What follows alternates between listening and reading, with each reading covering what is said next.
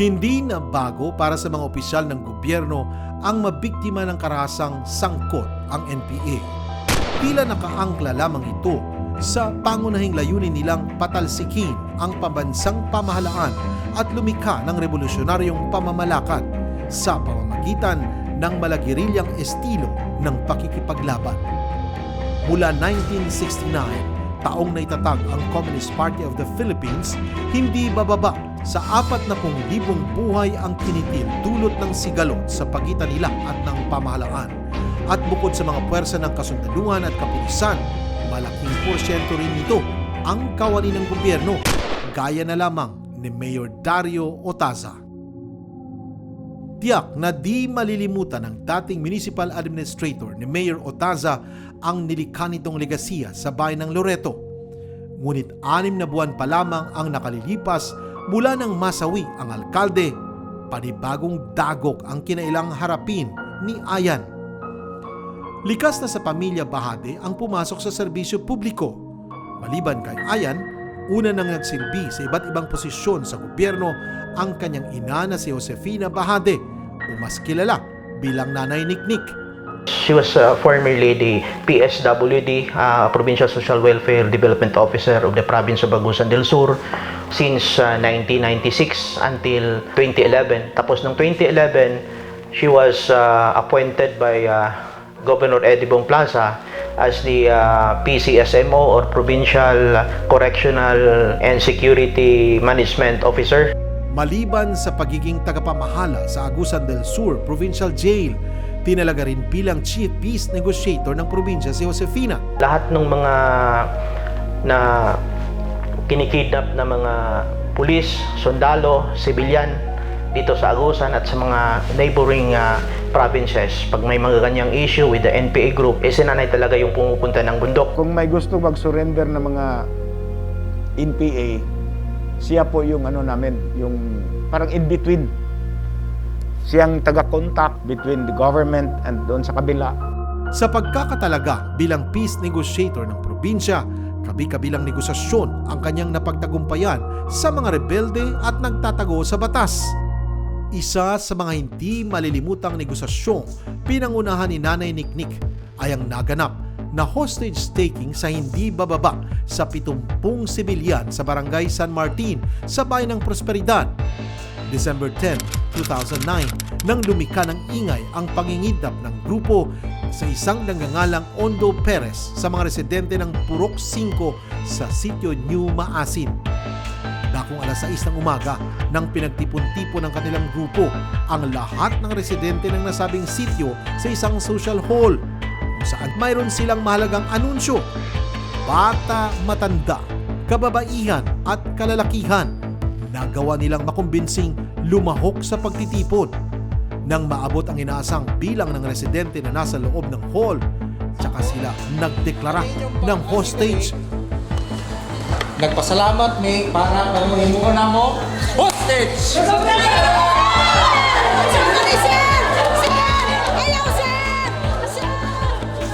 At naglabas ng mga dekalibreng armas.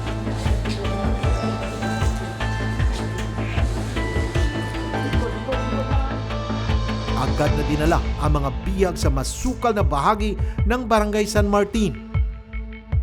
Sariwa pa sa alaala ng barangay treasurer at Noy daycare worker na si Liza Sojo ang naganap na pangingidnap kung saan kabilang ang ilang musmos. Isa naman sa mga na-hostage ay si Carlos na pabalik na sana galing sa trabaho at nadamay lang din sa pangingidnap. Ayon din sa kwento ng mga biktima, bagamat hindi sila sinasaktan ng mga bandido, gutom naman ang inabot nila sa ilang araw na pamamalagi sa itaas ng bundok. Kami yung pumunta doon sa medyo sa taas-taas ng bundok. Sinundo namin yung mga bata kasi tinago ng Purok President. Yung palihim niyang kinuha yung mga bata kasi kawawa, 5 yun. Naaawa ka sa mga tao, iyak ka, parang ganun. Kasi ang iniisip ng iba, hindi na sila makakauwi na buhay. Kapag hindi daw tutulong yung gobyerno, talagang papatay sila. Ang ubang mga bata, gipapauli nila katong ninos mo lakaw na yung mga senior citizen. Ipapauli po nila ang gatong medyo kuan na ang medyo malag kuan lang kanang abtik mo regi pauban. Nasa 17 kabataan at isang matanda ang unang pinalaya ng grupo ni Perez sa tulong ng negotiating team na pinangunahan ni Bahade. Itong ikatulo na masutukadlaw, mo itong nga na si Ma'am Bahade, mo itong nagpatabang siya sa mga barangay official. Mo magisaka, pauban mi dito sa bukid yun, sa stage area. Iya mong gipauban dito kay mo ito'y kuha ni undo nga pa sa kaon ng si kuha dito, mga barangay official. Kay na yang gusto nga ipaabot lagi. Mo itong si Ma'am Bahade, nakikistorya ni undo. Nung nalaman namin pupunta si Ma'am Bahadi, medyo natanggalan yung kaba namin kasi alam namin na may tutugon sa pangangailangan nila. Meron siyang positive instinct na talagang mareresolban niya kaagad yung kaso. Kaya medyo naano din kami, nalakasan din kami ng loob. Matapang na hinarap ni Nanay Niknik ang grupo ni na Ondo Perez upang pakawalan ang mga bihag. Mga dating miyembro ng CAFGU, nag-ugat ang pangingidnap ng grupo para makuha ang atensyon ng pamahalaan at ibasura ang kasong murder laban sa kanilang grupo kapalit ng kalayaan ng mga bihag. Matapos pakawalan ang 18 hostage, unti-unti na ring pinalaya ng grupo ang iba pang bihag hanggang sa kalaunay nakumbinsi silang sumama na sa pulisya. Matapos ang insidente, tila naging ghost town ang Purok 5 ng Barangay San Martin. Marami sa mga biktima ang humanap na ng ibang matitirhan malayo sa dati nilang tahanan. Mahigit isang dekada ang nakararaan. Ganito na ngayon ang sitwasyon sa New Maasin. Malaya at tahimik nang nakapamumuhay ang bawat pamilya. Bagamat hindi mababakas ang mapait na nakaraan, sa aming pakikipag-usap sa kanila, tila gusto na nilang ibaon sa limot ang nangyari. Tikom na rin ang kanilang bibig dahil sa takot, lalo't batid nilang ilan sa mga nanguna sa nasabing pang-hostage ay wala na sa puder ng pulisya. 2 taon na nakalipas, muli na namang naghasik ng panggugulo ang grupo ni Undo. Sa pagkakataong ito, dito na mismo sa kanilang komunidad na Barangay La Purisima, bahagi pa rin ang bayan ng Prosperidad.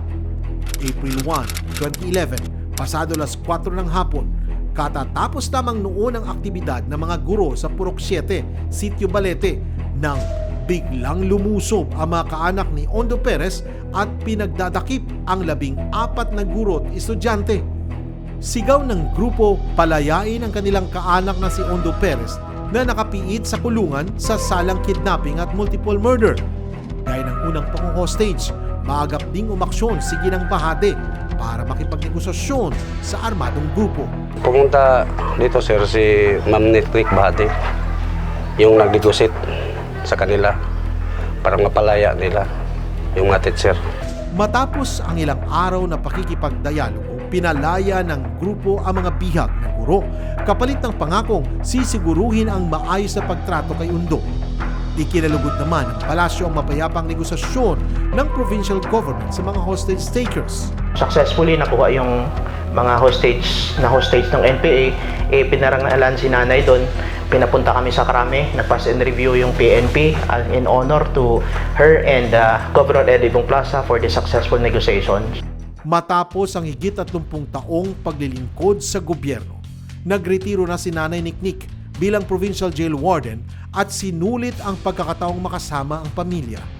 Sa kabila nito, hindi pa rin natigil ang pagsangguni kay Nanay Niknik ng mga rebeldeng naisumanong sumuko sa pamahalaan. At noon ngang May 15, 2016, sunod-sunod na tawag ang natanggap ng ginang mula sa ilang miyembro ng NPA. Tinawagan ng NPA 26 times, 19 yung text messages, 26 yung calls, at nagsasabi na may 4 daw na elderly na NPA na bababa at nangangailangan ng tulong. Matapos mapagalaman ang umunoy balak na pag-surrender ng mga NPA, walang pag-alinlang ang nagtungo ang ginang kasama ang kanyang bunsong anak at driver sa kinaroroonan ng mga ito sa Moncayo, Compostela Valley. Ngunit bago pa man makababa sa sasakyan, laking gulat ng ginang. Iho-hostage lamang pala siya ng mga pinagkatiwalaan nitong rebelde. Pagdating doon, fin-lockdown sila, Ginapos yung kapatid ko tsaka yung driver. Kinuha si nanay. Nagawang makatakas ng bunsong anak ni Nanay Niknik mula sa pagkakatali, kaya dali-dali nitong sinundan ang daan kung saan dinala ang kanyang nanay. Ngunit tumambad sa kanya ang walang malay na katawan ng ina. Patay na nang may sugod sa ospital ang 64 na taong gulang na si Nanay Niknik na nagtamo ng ilang tama ng baril. Mariing kinundina ng mga kaanak at mga naging katrabaho ni Nanay Niknik ang karumal-dumal na sinapit ng ginang. Malakas naman ang hinala ni Ayan. Nakakilala rin ni Nanay Niknik ang pumatay sa kanya. Lalo't anya, halos lahat ng mga NPA commander sa Agusan del Sur kilala ang nasabing peace negotiator. Ang masakit sa akin, nung week na si nanay, 64 years old na, diabetic, matanda na, pag wala na palang silbi yung tao, ganun na lang yung gagawin nyo, papatayin nyo na walang kalaban-laban. Hindi naman lalaban yung babae yun eh, matanda na yun eh. Hindi ko maisip kung bakit siya pinatay. Na tumutulong naman siya. Halimbawa, may nag-encounter between the military and the NPA. Pag may huminging NPA na magpatulong sa kanya dahil sugatan, tinutulungan naman niya. Hindi ko maintindihan kung bakit. Hindi lubos akalain ng pamilyang Bahade na kahantong sa ganito ang mabuting hangarin ng kanilang ilaw ng tahanan. Dahil kilala sa kanyang pagsulong sa kapayapaan, labis na ikinagulat ng mga taga-Agusan del Sur ang sinapit ng kanilang Nanay Niknik. Napakalaking kawalan kasi she was really a potential, she was really an asset of the provincial government. Hindi lang sa mga NPA na mga efforts natin, kundi in terms of social services. Nung niilibing si nanay, halos siguro sasabihin natin mga 3 kilometro yung tao na nakiramay. Noong May 25, 2016, nang ihatid sa kanyang huling antungan si Nanay Niknik kung saan kasabay ng pagdadalamhati ang sigaw ng hustisya sa pagkamatay ng ginang. Maliban sa malalapit na kaanak, bumuhos din ang panawagang katarungan mula sa mga leader ng ilang indigenous groups na saksi sa dedikasyon ng ginang para sa kapakanan ng mga tulad nilang biktima rin ng maling ideolohiya. Sa ngayon, nadakip na ng otoridad ang pumatay kay Ginang Josefina at ang salarin, siya ring pumatay kay Mayor Dario Otaza. Pinuntahan ko siya, kinausap ko, sabi ko, hindi na ako gaganti. Nasa kulungan ka na, ano pa magagawa ko sa'yo? Ang sa akin lang, malaman ko kung ano yung totoo. Hindi talaga pinag-usapan ng grupo na may faction lang siguro na talagang may galit sa kanya. Sa NPA naman, papatayin ka based on issue lang eh. After nung pinatay nila si nanay, parang na disciplinary action sila. Eksklusibo ring nakuha na ng pahayag na Magandang Gabi Pilipinas si Ondo Perez na kasalukuyay nakapiit pa rin sa Agusan del Sur Provincial Jail. Una na siyang pinaratangang may kinalaman sa pagkamatay ng ginang, ngunit mariin niya itong itinanggi. Anya, parang ina ang turing niya kay Nanay Niknik, kaya lubos niya rin umanong ikinalungkot ang nangyari. Mula rin umano nang mawala ang ginang, dagdag pa niya, tila nawalan siya ng gagabay at tutulong sa kanya upang makapagbagong buhay. Sa pagkapaslang ng tinitingilang leader at pinakamamahal na ina ni Ayan, napagtanto niya kung ano ang kayang magawa ng mga taong nalinlang sa maling propaganda. Hindi tayo talo dun sa talagang actual na combat. Hindi tayo natatalo dun. Natatalo tayo sa propaganda. Nung mamatay si Mayor Dario at saka sinundan niya yung nanay, personally, ang feeling ko, parang namatay na rin yung pag-asa, namatay na rin yung peace process sa Agusan del Sur. Kasi yung mga tao na nasa bundok, wala na silang avenue, wala nang gustong sumunod sa apak ni nanay kasi alam mo, baka patayin tayo nito sa huli. I do not know if there's someone who is brave enough to do ala Mrs. Bahade. Kasi ibang klase talaga yun. Kaya lang, isa na siyang memory na lang ngayon, pero hindi namin makakalimutan. Tiyak na nakatatak na sa nakaraan ng Agusan del Sur ang naging ambag ni na Mayor Dario Otaza at Josefina Bahade sa estado ng kapayapaan sa lalawigan. Sa kanilang pagbubuwis ng buhay, sa ngalan ng sinumpaang tungkulin, hiling ng mga naulila, naway magsilbi silang inspirasyon upang maging instrumento ang bawat lingkod bayan sa pagtaguyod ng kapayapaan. Nang sa gayoy, matamasa na ng bansa ang buhay na malayo sa karahasan. Magandang gabi, Pilipinas!